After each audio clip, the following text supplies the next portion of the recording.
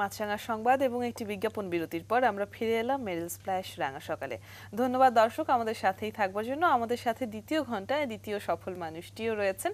তিনি একজন গীতিকার ও সংগঠক, অবসরপ্রাপ্ত মেজর আনিসুল ইসলাম। আমরা চলে যাব আমাদের অতিথির কাছে এবং তার জীবনের গল্পগুলো শুনে নেব। স্যার, শুভ সকাল। শুভ সকাল। কেমন আছেন? খুব ভালো আছি। একটু আগেই যে কথাগুলো হচ্ছিল যে কেমন যেন অবসরপ্রাপ্ত শব্দটা মনে হচ্ছে আপনার অ্যাপিয়ারেন্সের সাথে যাচ্ছে না, এরকম মন্তব্য কি শুনতে হয় আপনাকে মাঝে মাঝে? হ্যাঁ হ্যাঁ, এটা প্রতিনিয়ত আমি শুনে থাকি, কিন্তু আসলে অবসর আমি একটা কর্মজীবন থেকে নিয়েছি, কিন্তু মানুষের জীবনে চলার পথ অনেক সুদীর্ঘ। আমি এখনো কর্মের মধ্যেই আছি, তা আসলে ওইভাবে অবসর নেওয়া হয়নি। অবসর আসলে অবসর বলতে কোনো কিছু নেইও ইনফ্যাক্ট। আমরা শৈশব থেকে শুরু করতে চাই, কারণ শৈশবটা অনেক গুরুত্বপূর্ণ। আমরা বারবারই রাঙা সকালে একটা কথাই বলে থাকি আমাদের দর্শকদের, যে একজন সফল মানুষের শৈশব অনেকখানি করে দেয়, এবং সে যে সফল হয় সেখানে শৈশবের অনেক বড় কন্ট্রিবিউশন থাকে। আমরা শৈশব থেকে শুরু করব, তবে তার আগে আমরা দর্শকদের ছোট্ট করে একটু ধারণা দিতে চাই আপনার সম্পর্কে। দর্শক, আমাদের সঙ্গে রয়েছেন অবসরপ্রাপ্ত মেজর আনিসুল ইসলাম, যিনি একজন গীতিকবি এবং সংগঠক। বাংলাদেশ টেলিভিশনের তালিকাভুক্ত এই গীতিকবি প্রায় ৮০০ গান রচনা করেছেন, যার মাঝে ২০০ গান বাংলাদেশ বেতার, বাংলাদেশ টেলিভিশন, চলচ্চিত্র সহ বিভিন্ন শিল্পীর অডিও ক্যাসেটে প্রকাশিত হয়েছে। এছাড়াও তার রচিত গান UN peace keeping theme song হিসেবে স্বীকৃতি পেয়েছে। গুণী এই গীতিকবিকে জাতিসংঘ, বাংলাদেশ কালচারাল মিউজিক অ্যাসোসিয়েশন এবং সিজেবির পক্ষ থেকে পুরস্কৃত করা হয়েছে। পাশাপাশি তিনি বাংলাদেশ গল্ফ অ্যাসোসিয়েশনের একজন সংগঠক হিসেবেও দায়িত্ব পালন করছেন। তার উদ্যোগে গল্ফ ট্যালেন্ট হান্টের মাধ্যমে দুলাল হোসেন, জাকির হোসেন এবং জামান হোসেন মোল্লার মতো প্রায় ২০ জন গল্ফ খেলোয়াড় তৈরি করা হয়। আমরা অতিথি আলাপনেই যেতে চাই, গল্ফ থেকেই শুরু করি। ছোটবেলাতে যাব একটু পরে, সেটা হচ্ছে গল্ফকে বোধহয় এখন বাংলাদেশে একটু আলাদাভাবে সিগনিফাই করা হয়, একটু আলাদাভাবে চিনছে মানুষ। এটা কি সিদ্দিকুরের কন্ট্রিবিউশন, আপনার কি মনে হয়? অবশ্যই সিদ্দিক একাই বাংলাদেশকে বিশ্বের মাঝে ব্র্যান্ডিং করছে। এক সিদ্দিকুর বাংলাদেশের পতাকা বিভিন্ন দেশে নিয়ে বেড়াচ্ছে। এর মধ্যে বিশেষ করে উল্লেখযোগ্য, সে ইতিমধ্যে ওয়ার্ল্ড কাপ গল্ফে খেলেছে গত বছর, এবং এবছর এই মাসের শেষ দিকে ইউরো এশিয়া কাপের জন্য সে অলরেডি নির্বাচিত হয়েছে। এটা আমাদের জন্য বিরাট গর্বের বিষয়। অবশ্যই। তো সিদ্দিক ব্র্যান্ডিং করেছে, এবং তার উত্তরসূরি যারা আছে তারাও খুব ভালো করছে। এবং এই ভালো করার অন্যতম কারণ হচ্ছে, আপনি খেয়াল করে দেখবেন আমাদের ক্রীড়াঙ্গনে যেগুলো ব্যক্তিগত স্কিল নিয়ে যে খেলাগুলো হয় সেগুলোর সম্ভাবনাটা বেশি। যেমন আর্চারি, শুটিংয়ে আমরা কিন্তু অনেক বড় আসরে পদক পেয়েছি। গল্প ঠিক এমনিভাবে আমরা এগিয়ে যাচ্ছি। এবং গল্ফও একসময় মানে পপুলারিটির দিক থেকে এবং পদক পুরস্কারের দিক থেকে সবাইকে ছাড়িয়ে যাবে, সেটা নিশ্চয়ই আমরাও আশা করি। জি জি। তো কিবরিয়া? হ্যাঁ, না, আমি ওটাই আসলে বলছিলাম যে বাংলাদেশের খেটে খাওয়া অনেক মানুষ আছেন যারা হয়তো, আমি যদি একটা উদাহরণ দিই এরকম, যে নোবেল পুরস্কার বোঝেন না। হ্যাঁ, তো ডক্টর মোহাম্মদ ইউনূস যখন নোবেল পুরস্কার পেলেন, তখন উনি তার একটা অনুভূতিতে বর্ণনা করেছিলেন, কোন একটা পত্রিকাতে পড়েছিলাম, যে একজন ট্রাক চালক, সে দেখেছে পাশেই বসে আছে হচ্ছে ডক্টর মোহাম্মদ ইউনূস, ট্রাক চালক পাশ থেকে সাইন দেখাচ্ছে, মানে বুকের সাথে জড়িয়ে ধরেছে, এরকম একটা ব্যাপার। তো গল্ফ খেলা হয়তো বাংলাদেশের অনেক মানুষই বোঝেন না, তারা সিদ্দিকের ব্যাপারটাকে কিন্তু অনেক বড়ভাবে দেখেন, কারণ এটা বাংলাদেশকে আলাদাভাবে ব্র্যান্ড করেছে। স্যার, আপনার ছোটবেলাতে একটু ফিরে যেতে চাই, শৈশব কোথায় শুরু হয়েছিল এবং কেমন ছিল, আমাদেরকে যদি একটু বলতেন। জি, আমার বাড়ি কুষ্টিয়াতে। আমি খুব গর্ববোধ করি একজন কুষ্টিয়ার সন্তান হিসেবে। এবং আপনারা জানেন যে কুষ্টিয়া বাংলাদেশের সাংস্কৃতিক অঙ্গনের সূতিকাগার বলে পরিচিত। লালন শাহর আঁকড়া, আমাদের কবিগুরু রবীন্দ্রনাথের শিলাদহ কুটিবাড়ি, এই নানা সাংস্কৃতিক ব্যক্তিত্ব আমাদেরকে সাংঘাতিকভাবে উদ্বুদ্ধ করে সাংস্কৃতিক অঙ্গনে বিচরণের জন্য। জি জি। তো আপনার ছোটবেলায় আপনি কুষ্টিয়াতে সাংস্কৃতিক আবহ কেমন দেখেছেন, কেমন পেয়েছেন? আমাদের সময় খুবই সুন্দর ছিল। যেমন আমি একটু বলতে পারি, আমি ক্লাস 5-6 থেকেই কবিতা লেখার প্রতি আমার আগ্রহ জন্মালো। এবং এই সময় কিশোর বাংলা নামে একটা পত্রিকা ছিল, আমরা ওখান থেকে চিঠি লিখতাম, লিখে পাঠাতাম, এবং একটা কবিতা ছাপা হলে যে কি আনন্দ হতো এটা ভাষায় প্রকাশ করা সম্ভব নয়। তখনই দেখেছি আমরা এই কবি এবং নাট্যকার কুষ্টিয়াতে একটা বিরাট গ্রুপ ছিল। প্রায়শই তাদের মধ্যে নানা রকম প্রতিদ্বন্দ্বিতা হতো, যেমন ফুটবল খেলা হতো, ক্রিকেট খেলা হতো, পিকনিক হতো। এগুলো আমাদেরকে সাংঘাতিকভাবে আনন্দিত করতো, এবং এই আনন্দের মাঝেই পথ চলতে চলতে আসলে সাংস্কৃতিক অঙ্গনে জড়িয়ে পড়া। পরিবারের কথা একটু জানি, পরিবার থেকে কতটা অনুপ্রেরণা দেওয়া হতো, বা আপনার পরিবারেও কি কেউ ছিলেন যিনি সাংস্কৃতিক অঙ্গনের সাথে জড়িত ছিলেন? আমার আপন মামা ছিলেন গীতিকার, উনি মরহুম মাসুদ করিম। ওনার অনেক কালজয়ী গান আছে, যেমন আমি রজনীগন্ধা ফুলের মতো গন্ধ গন্ধ মিলিয়ে মিলিয়ে যাই, যাই, আহা। শত্রু তুমি বন্ধু তুমি, তুমি আমার সাধনা। তো এই ধরনের গান উনি লিখে গেছেন। তো ছোটবেলায় ওনার সান্নিধ্যে আসার সৌভাগ্য হয়েছিল, যেহেতু আমি কবিতা লিখতাম, আমার কাছে গিয়ে বলতাম যে মামা এই কবিতাটাকে গান করা যায় কিনা। তো উনিও সাজেশন দিতেন। প্লাস কুষ্টিয়া থেকে ঢাকায় আসলে ওনার যে কোনো রেকর্ডিং থাকলে স্টুডিওতে যেতাম। বাট ওই সময় একটা খুব বড় জিনিস হতো, আমি এখন এটা লক্ষ্য করি না, সেটা হচ্ছে যে গান যারা তৈরি করতেন তাদের একটা আসর হতো। অর্থাৎ গীতিকারের বাসায় বা সুরকারের বাসায় শিল্পী, সঙ্গীত পরিচালক সবাই মিলে বসতেন, আলোচনা করতেন, এবং একটা গানকে কত সুন্দরভাবে কত সমৃদ্ধ করা যায় সেই আসরটুকু হতো। এই অভাবটা এখন আমরা বোধ করছি প্রকটভাবে। জি, অভাববোধের জায়গা থেকে একটু অবাকের জায়গাতে যেতে চাই। সেটা হলো যে এইরকম একজন মানুষ যে ছোটবেলা থেকে সংস্কৃত মনা, সে আর্মিতে যাচ্ছে, প্রচন্ড ডিসিপ্লিন একটা লাইফ। প্ল্যানটা কি ছিল আসলে আর্মি ম্যান হবেন এরকম একটা ব্যাপার কি ছিল, নাকি ইনসিডেন্টলি ঘটে গেছে? না, তা কখনো ছিল না। তবে আমি কলেজে পড়ার সময় বাংলাদেশ ন্যাশনাল ক্যাডেট কোরের একজন গর্বিত ক্যাডেট ছিলাম। আচ্ছা আচ্ছা। তো ওইটা আমাকে একটু আকৃষ্ট করতো এই ডিসিপ্লিনের মধ্যে চলে আসার জন্য। তারপর আমি যখন স্কুল কলেজ শেষ করে রাজশাহী ইউনিভার্সিটিতে ফিজিক্সে পড়তাম, তখন আমার কেন জানি মনে হলো আমি একটু ভুল করে ফেলেছি। ফিজিক্স, পদার্থবিদ্যা, এটা আমার জীবনধারার সাথে যাচ্ছে না। তখনই আসলে চিন্তাটা একটু বদলে ফেলার মতো হলো। এবং তারুণ্যের ওই বয়সে যখন পেপারে অ্যাড দেখলাম সেনাবাহিনীতে অফিসার পদে যোগদান, চেষ্টা করলাম, আর আলহামদুলিল্লাহ হয়ে গেছে। বাহ। জি। এবং আপনি বলছিলেন যে আলহামদুলিল্লাহ হয়ে গেছে, তার মানে আপনি এই জীবনটা পেয়ে তো কৃতজ্ঞ। না, অবশ্যই কৃতজ্ঞ। বাংলাদেশের অর্থনৈতিক এবং সামাজিক প্রেক্ষাপটে সেনাবাহিনীতে খুব অল্প বয়সে যোগদান করাটা কিন্তু ভাগ্যের ব্যাপার, নিঃসন্দেহে। কারণ এটা আর্লি এস্টাবলিশমেন্ট Commission দেয় rank-এ, আর কি। হুম। তো পরিবার থেকে যে সাপোর্টটা দরকার সেটা না নিয়ে আমি আমার জীবনটাকে একটা ভালো জায়গায় নিয়ে যেতে পেরেছি। আমি অত্যন্ত আল্লাহর কাছে কৃতজ্ঞ যে এত সুন্দর একটা সুযোগ পেয়েছিলাম। আমি যদি খুব ছোট করে জানতে চাই, একটু আগে আমরা যখন শুরু করছিলাম অনুষ্ঠান তখন কিছু জিজ্ঞেস করছিলাম যে কত বছরের ক্যারিয়ার আর্মিতে, সবকিছু মিলিয়ে 2 বছর ট্রেনিং এর কথা বলছিলেন, 20 বছর হলো জব। জি। তো 22 বছরের ক্যারিয়ার, এই 22 বছরকে যদি আপনি মূল্যায়ন করেন আর্মি লাইফটাকে, আপনি কিভাবে দেখবেন? এটা আমাকে অনেক কিছু দিয়েছে বাংলাদেশ সেনাবাহিনী। কারণ একটা ডিসিপ্লিন লাইফের মধ্যে দিয়ে মানুষকে যে নিজেকে গড়ে তুলতে হয়, সমস্ত কিছু আদেশ মেনে চলতে হয়, এবং এটা নির্দিষ্ট ইনকাম, নির্দিষ্ট সময়ের মধ্যে সমস্ত কাজ করতে হয়। এটা আর্মির কাছ থেকে আমার শেখা। এবং প্রতিটা ক্ষেত্রে জীবনের প্রতিটা অধ্যায় মানুষ কিভাবে পরিকল্পনা করে যেতে পারে, চলতে Right, পারে, জি। এটা আর্মি কিন্তু একটা মানুষকে শিখিয়ে দেয়। জি। এবং আমার মনে হয় যে এই কর্মপরিসরের পর আমাকে কোথাও থামতে হচ্ছে না, এবং থামবো না, ইনশাল্লাহ এগিয়ে যাব। চমৎকার, চমৎকার। আমরা খুব সাধারণভাবে যেটা দেখি যে যারা লেখালেখির সাথে যুক্ত, সাহিত্যিক কিংবা কবি, তারা একটু বাউন্ডুলে হয়, একটু অগোছালো হয়। তো আর্মিতে থেকে সেই সুযোগটা নিশ্চয়ই ছিল না। না, সেটা তখন আমি একেবারেই পরিমিত জীবনযাপন করতাম। বাট ওই যে বললেন যে স্বভাবের মধ্যে যেটা ছিল, ছোটবেলায় ডেফিনেটলি একটু দুরন্ত ছিলাম। অন্য সবার চাইতে একটু দ্রুত হেঁটে চলতাম বা একটু দৌড়ে চলতাম, লেখালেখি করতাম, দৌড়ঝাঁপ করতাম, এটা তো ছিলই। আচ্ছা, ছোটবেলার দুরন্তপনার একটু কিছু গল্প শুনি। আমাদের শহরের খুব নিকটেই ছিল গড়াই নদী। জি। ইচ্ছে হলেই এপার ওপার করতাম। ওই সময় ক্লাস 9-10-এ পড়া অবস্থাতে একদম স্রোতস্বিনী নদী পার হয়ে চলে যেতাম। অনেক সময় মনে হয়েছে যে এটা অনেক চ্যালেঞ্জিং ব্যাপার, বাট তাও করে ফেলেছি। গাছ থেকে ঝাঁপ দিয়েছি। ম্যাট্রিক পরীক্ষার সামনে, তখনও 1 মাস 1.5 মাস বাকি আছে। স্কুল থেকে বললো যে ওই গ্রামে গিয়ে ফুটবল খেলতে হবে, চলে গেছি। হ্যাঁ। তো এই যে দুরন্তপনাগুলো ছিল, এটার মধ্যেই খুব আনন্দ পেয়েছি। বাবা মার অনুশাসনটা কেমন ছিল? হ্যাঁ, আমরা ওই সময় তো আসলে বলা যায় যে কনজারভেটিভ।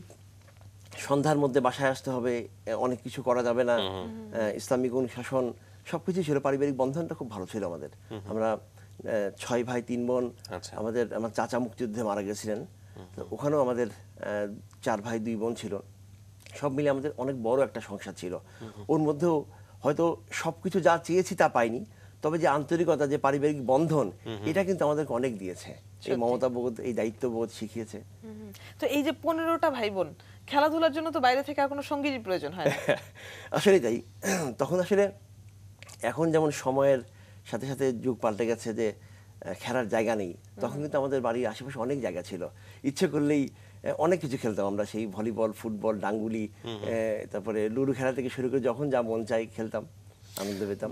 ইনফ্যাক্ট যৌথ পরিবার কিন্তু অনেক বড় একটা ইনস্টিটিউশন, মূল্যবোধ শেখার জন্যে, আনন্দের জন্যে, ঝগড়াঝাটির জন্য, যেটাই বলি না কেন, যৌথ পরিবার অনেক বড় একটা ইনস্টিটিউশন। আমরা যৌথ পরিবার নিয়ে আপনার জীবনের আরো অনেক গল্প শুনবো, তবে ছোট্ট একটা বিরতির পর।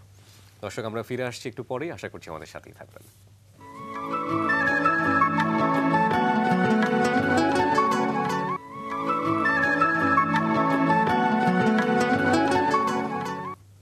মেল স্প্ল্যাশ রাঙা সকালে ফিরে এলাম একটি বিজ্ঞাপন বিরতির পর। ধন্যবাদ দর্শক, সাথে থাকবার জন্য। অদিতি এবং কিবরিয়া রয়েছে আপনাদের সাথে, আর আমাদের সাথে দ্বিতীয় ঘন্টায় অতিথি হয়ে আছেন অবসরপ্রাপ্ত মেজর আনিসুল ইসলাম, যিনি একজন গীতিকার ও সংগঠক।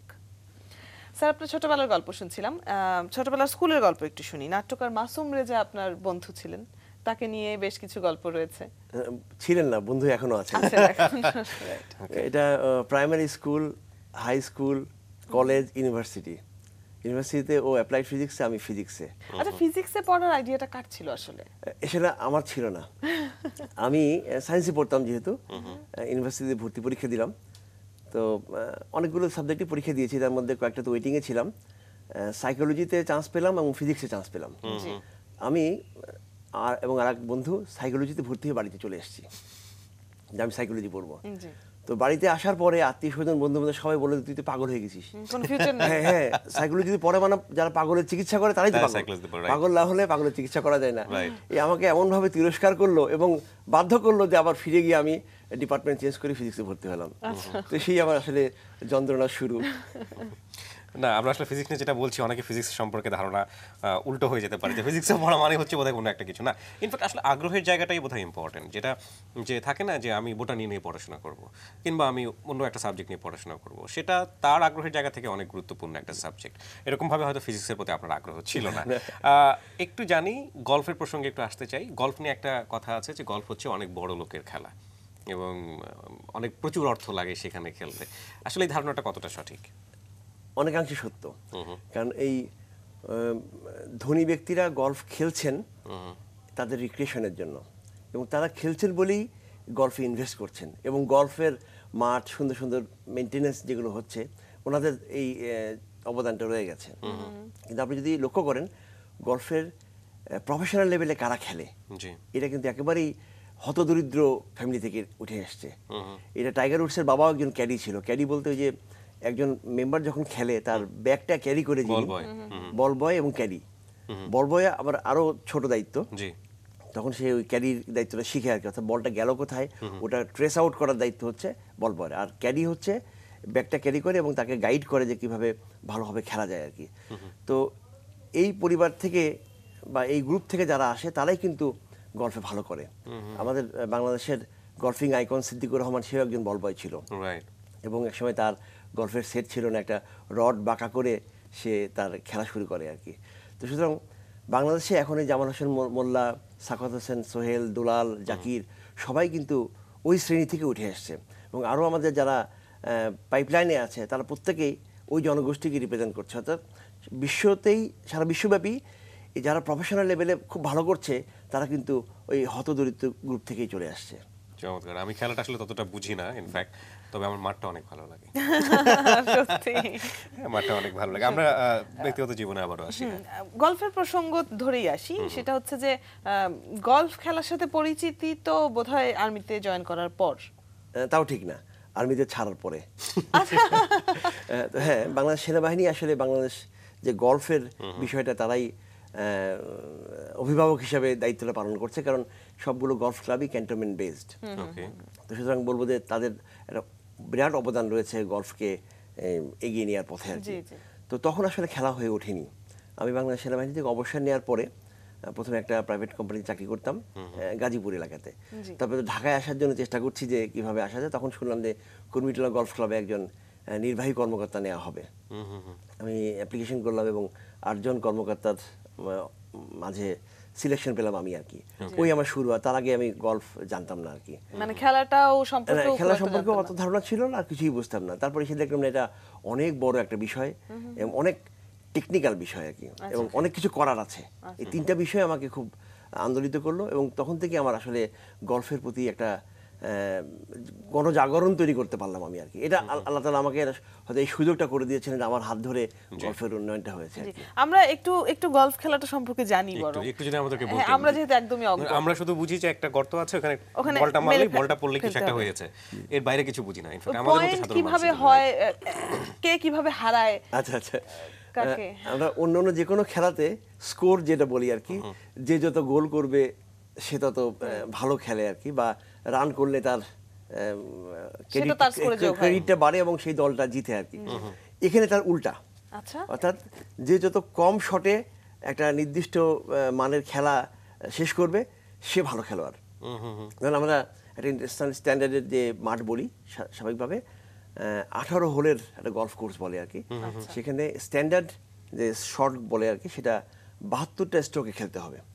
আচ্ছা, এখন 72 স্ট্রোক থেকে কে কত কম শটে খেলতে পারে সেটাই তার পয়েন্ট, তার যোগ্যতা। 72 বেশি শট নিতে পারবে না। না, আমি খেলি, আমি 100-র উপরে খেলি। আরো এরকম যারা আমরা রিক্রিয়েশনের জন্য খেলি তারা আরো বেশি খেলি, কিন্তু যারা প্রফেশনাল লেভেলে চলে গেছে বা ন্যাশনাল লেভেলে খেলে তারা, যেমন সিদ্দিকুর একটা খেলাতে 72 থেকে সে নিঃসন্দেহে 4, 5, 6 স্ট্রোক কম খেলে সে। তো এটাই তো ওদের লেভেলে 4 রাউন্ডে খেলা হয়, 4 রাউন্ড শেষে দেখা যায় কোনটাতে 4 স্ট্রোক কম খেললো, কোনটাতে 2 স্ট্রোক কম খেললো, কোনটাতে হয়তো একটু বেশি খেলে ফেললো। এগুলো হিসাব করে শেষে গিয়ে তার রেজাল্ট হয়। আচ্ছা, একটা মাঠ থাকে যেখানে 18টা হোল থাকে। 18টা হোল, হ্যাঁ, তো সবগুলো হলেই কখনো না কখনো বল ফেলতে হবে। এক্স্যাক্টলি ফেলতেই হবে। ওকে। আর সেখানে নির্দিষ্ট একটা দূরত্বও কি থাকতে হবে? আমরা তো কখনো নির্দিষ্ট। একদম কাছে থেকে ফেলছি। এক্স্যাক্টলি, আমি সেটাই বলছি যে একটা হোল বলতে একটা হোলের মধ্যে সে 400 গজ, 400 গজ দেখবেন প্রথমে একটা বড় এই যে স্টিক দিয়ে শট করছে, ওটা অনেক দূরে চলে যায়। তো ওটা দেখা যাচ্ছে প্রায় 250-300 গজ চলে গেল। এরপরে যে শটটা মারবে আপনারা দেখবেন যে কার্পেটের মধ্যে একটা মাঠ আছে, ওটাকে গ্রিন বলি আমরা, বলটা ওখানে গড়িয়ে খেলতে হয় আর কি। তো এরপরে শটটাতে গিয়ে দেখা যাচ্ছে ওই গ্রিনের উপরে ফেললো, তাহলে 2 শটে ওখানে গেল। এরপরে ওই গর্তের বা হোলের মধ্যে ফেলতে হলে দেখা যায় 1 শট বা 2 শটে ফেলছে। তো আমার যদি 4 শটে খেলার আমার ওখানে থাকে নির্ধারিত থাকে, আমি যদি 2-এ অন হই এবং 1 শটে গর্তে ফেলতে পারি, তখন আমি 3 শটে খেললাম, অর্থাৎ 1 শট কম খেললাম। এটাকে বলা হয় বার্ডি, এটা গলফের ভাষায় বলা হয় বার্ডি। আচ্ছা, আর আমি যদি সমান সমান খেলি তখন বলা হয় পার, অর্থাৎ আমার যেই কয় স্ট্রোকে খেলার কথা আমি সেই স্ট্রোকে খেলতে পেরেছি, এটা পার। আচ্ছা, তার মানে বার্ডি হলে আমার পয়েন্ট বেশি আর কি। আর যদি বেশি হয়ে যায় তখন বলে বগি। ওকে। ওকে, আমাকে একটু প্র্যাকটিক্যালি বুঝতে হবে। আপনাদের দুজনকে আমি গলফে আমন্ত্রণ জানাচ্ছি গলফ শেখার জন্য এবং খেলার জন্য। ইনফ্যাক্ট আমার তো মনে হচ্ছে যদি আমরা এটা গ্রামে গঞ্জে ছড়িয়ে দিতে পারি, রাস্তা, বিল, খাল, নদী সবকিছু করতে ভরে যাবে। হ্যাঁ। ওকে, একটু স্যার আসি আপনার লেখালেখির জায়গাটাতে। আপনি বললেন যে আপনি ছড়া দিয়ে শুরু করেছেন বা কবিতা দিয়ে শুরু করেছেন সেই ছোটবেলাতে। পরবর্তীতে 800 গান আপনার কাছ থেকে পেয়েছি আমরা, এবং 800 গানের গীতিকবি আপনি। এই গানের প্রতি ফ্যাসিনেশনটা কিভাবে গ্রো করলো? ওই কবিতা থেকেই আমার গানের ট্রান্সফরমেশন, এবং বারবারই একটা কথা যে বলি, আমার মামা আমাকে সাংঘাতিকভাবে অনুপ্রাণিত করেছে। পরবর্তীতে সেনাবাহিনীতে যতদিন চাকরি করেছি, ওই যেহেতু সংস্কৃতি মনা, যে কোনো সাংস্কৃতিক প্রোগ্রাম হলেই আমার ডাক পড়তো আর কি, স্ক্রিপ্ট লেখা, গ্রন্থনা, উপস্থাপনা করা। জি জি। তো তার মধ্যে দিয়ে আমার বিচরণ ছিল। তো হঠাৎ করে বাংলাদেশ সেনাবাহিনীর একটা গান রচনা করার প্রয়োজন পড়ে। এটা 2001-2 সালের দিকে। বাংলাদেশের প্রথম একটা রেজিমেন্ট হলো বাংলাদেশ ইনফেন্ট্রি রেজিমেন্ট। তো তখন একটা সিদ্ধান্ত হলো যে বাংলাদেশের মুক্তিযোদ্ধা চেতনা এবং আমাদের যে স্পিরিট, কমিটমেন্ট নিয়ে একটা গান রচনা করা হবে। এবং সেই গানটি একটি ইতিহাস গড়েছে, যেটা অনুষ্ঠানের শুরুতে কিবরিয়া বলছিল, সেই সম্পর্কে আমরা বিস্তারিত জানবো মাছরাঙা সংবাদ জেনে আসার পর। দর্শক, সময় হলো মাছরাঙা সংবাদ জানবার, আমরা চলে যাব নিউজ স্টুডিওতে। সাব্বির, অনেক ধন্যবাদ মেরিল স্প্ল্যাশ রাঙা সকালে ফিরে আসবার জন্য। ধন্যবাদ। দর্শক, আমাদের সঙ্গে রয়েছেন অবসরপ্রাপ্ত মেজর আনিসুল ইসলাম, যিনি একজন গীতিকবি এবং সংগঠক। আমরা তার কাছেই ফিরে যাই। হ্যাঁ, যেটার কথা আমি বলেছিলাম এবং আড্ডাও শুরু হয়ে গিয়েছিল, সেটা হচ্ছে ইউনাইটেড নেশনের পিস কিপিং থিম সং হিসেবে যে গানটাকে বোধহয় বিবেচিত করা হয়েছে। এই প্রথম লেখা গানটাই কি সেটা পরবর্তীতে হলো? না, রিয়েলি বাংলাদেশ সেনাবাহিনীতে যে প্রথম গানটা লেখা হয় এটা বাংলাদেশ ইনফেন্ট্রি রেজিমেন্টাল সেন্টার রাজশাহীতে হলো। জি। ওইটার জন্য একটা নতুন গান তৈরির একটা উদ্যোগ নেওয়া হলো। তখন আমি ওই গানটা তৈরি করার জন্য একটা কর্মী হিসেবে কাজ করছিলাম। আমাকে ঢাকায় শিল্পকলা একাডেমিতে পাঠানো হলো সরকারিভাবে চিঠি দিয়ে, যে বিশিষ্ট গীতিকারদের সাথে এবং সুরকারদের সাথে কথা বলে একটা গান তৈরি করব। তখন আমি প্রায় 1 মাস হয়ে গেল 3-4 জন গীতিকারের কাছ থেকে গান নিলাম, ওনারা সময় নিলেন। তো আমি দেখলাম যে আমি প্রত্যেককে বোঝাচ্ছি যে গানের থিমটা কি হবে, কি কমিটমেন্ট আমাদের এটা হবে। তো আমি নিজেও উদ্বুদ্ধ এটা লিখে ফেললাম। লিখে ফেলে তখন জমা দিলাম। তো 4 জন গীতিকার এবং আমারটা সহ গান জমা পড়লো আর কি। তখন ইভ্যালুয়েশন কমিটি যখন সিলেকশন করলো তখন ওনারা আমারটা নির্বাচিত করে ফেললো।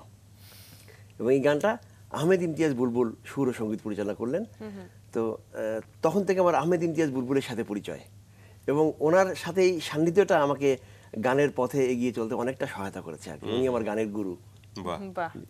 তো গান লেখালেখির ব্যাপারটা আমরা একটু আলোচনা করছিলাম, যেটা হয়তো পরিপূর্ণ হয়নি আলোচনাটা। সেটা হচ্ছে আপনি অসংখ্য গান লিখেছেন, 800-র মতো গান, এবং সেখান থেকে 200 তো শ্রোতারা সরাসরি শুনেছেন, যেহেতু টেলিভিশন, রেডিও, চলচ্চিত্র এবং অডিও ক্যাসেটে সেগুলো মানে শোনা গেছে। তো গান লিখে সেটাকে এরকম একটি অবস্থানে নিয়ে যাওয়া, এই জার্নিটা কতটুকু মসৃণ ছিল? এটা খুব মসৃণ ছিল না আর কি, কারণ আমি অনেক পরিণত বয়সে আসলে এই ফিল্ডে এসেছি। তার ফলে আমাকে অনেকটা অমসৃণ পথে স্ট্রাগল করতে হয়েছে আর কি। গান লিখে লিখে প্রথমে অনেক সুরকারের কাছে যেতাম যে আমার গানটা শুরু করে দেওয়ার জন্য বা কোনো শিল্পীকে গাওয়ার জন্য। অনেক অর্থ ব্যয় করেছি, আলটিমেটলি ওগুলো কাজে লাগেনি। তো যাই হোক, আমি চেষ্টা অব্যাহত রেখেছিলাম, এবং যেহেতু সেনাবাহিনীর মাধ্যমে একটা গান করলাম, আহমেদ ইমতিয়াজ বুলবুলের সাথে পরিচয় হলো। এরপর থেকে আহমেদ ইমতিয়াজ বুলবুলের সান্নিধ্যে আমি অনেক গান করেছি বাংলাদেশ সেনাবাহিনীর জন্য, এবং ওনার সঙ্গীত পরিচালনায় আমার দুটো অ্যালবাম বেরিয়েছে পর্যন্ত। বাহ, চমৎকার। সেই অ্যালবামে কারা গান করেছেন? সাবিনা ইয়াসমিন, কুমার বিশ্বজিৎ, আইয়ুব বাচ্চু, বাহ, বাংলাদেশের শীর্ষস্থানীয় সব শিল্পীরা। বাপ্পা মজুমদার।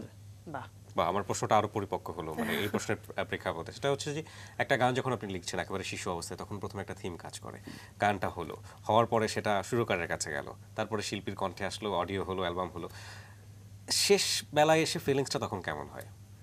এটা একটা সন্তানের পিতার মতো একটা গর্ববোধ হয়। বাহ। এটা আমার সৃষ্টি, এটা আমাকে বাঁচিয়ে রাখবে অনেকদিন। ঠিক এই অনুভূতিটা বাঁচিয়ে কাজ রাখার করে। প্রসঙ্গ ধরেই যে প্রশ্নটা উল্টো দিক এক্স্যাক্টলি থেকে একটা প্রশ্ন আসে। গীতি কবিদের সবসময় এই প্রশ্নটা ফেস করতে হয়, আপনাকেও হবে। সেটা হচ্ছে গান পরিচিত হয় বাংলাদেশে, এখন একটা রিসেন্ট ট্রেন্ড আমরা দেখতে পাচ্ছি, যিনি মিউজিক কম্পোজার থাকেন তার নামে হচ্ছে, প্লাস হচ্ছে যিনি গান গান তার নামে হচ্ছে। আর এই গানের পেছনে যারা মানুষ কাজ করেন তাদেরকে তেমনভাবে শিল্পীরা, মানে আমাদের শ্রোতা যারা আছেন তারা চেনেন না। সেই লিস্টে আপনিও পড়ে যান, গীতি কবিরা পড়ে। জি, জি। তো ওইখানে আক্ষেপটা কেমন? আক্ষেপ তো সকলের যেমন আছে, আমারও একই অনুভূতি কাজ করে।